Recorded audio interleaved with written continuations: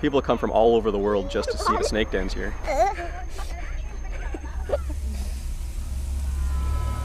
A lot of children are a little more willing to hold the snakes and to interact with them.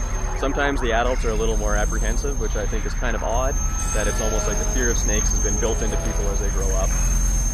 I do not like snakes because they're a little unpredictable, and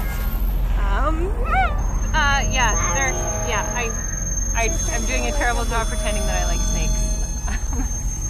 Here in the Inner Lake of Manitoba, Canada, is by far the largest aggregations or concentrations of snakes anywhere in the world. The Inner Lake of Manitoba is so plentiful, or why snakes are so plentiful here, really goes back to the geology of the area. Temperatures can reach 50 degrees below zero, and so a snake, being a cold-blooded animal, they have to be able to survive those winter temperatures. So that here in the Inner Lake region, the limestone bedrock is very close to the surface, and so that allows the cold and the water to crack and fissure the limestone, and it makes great big sinkholes, and that enables the snakes to get below the frost line during the winter.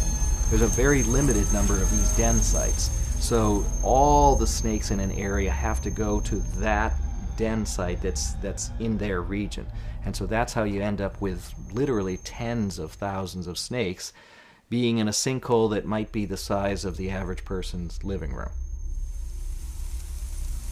It is actually very difficult for the males to find a female because if you look from a snake's eye view, you just see kind of a sea of living spaghetti, and you're looking for a slightly bigger piece of spaghetti than all the rest of them.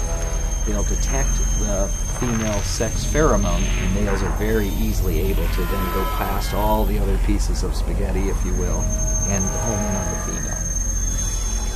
Oftentimes when the group of these courting males all gathered around one female trying to be that lucky guy that's going to mate with her, they'll get so wrapped up they can tumble down a hill literally like a ball, so people call them mating balls. Even though there's tremendous competition for mates, the males are not fighting with each other, they don't have dominance hierarchies, they don't have territories set up like other animals would do in a similar situation. I like to call them the ambassadors of the reptile world. They're a great way for people to interact with wildlife. Look at mommy and smile.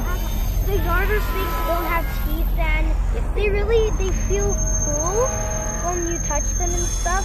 So they don't bite you. They just kind of move around in your hand really fast and stuff. Awesome job, guys. Obviously all the snakes here are harmless. The dens here at Narcissus have been set up through Manitoba Conservation, and the boardwalks have been made and they're regulated. So it's a nice place for people to come visit with minimal impact on the denning sites themselves. Way back at the turn of the century and even through the 20s, 30s, and 40s, people had a pretty bad attitude about snakes and trying to clear them out. Just times have changed a lot. I think people are much more environmentally conscious. Really and truly, having these healthy numbers of snakes means you're living in a healthy environment.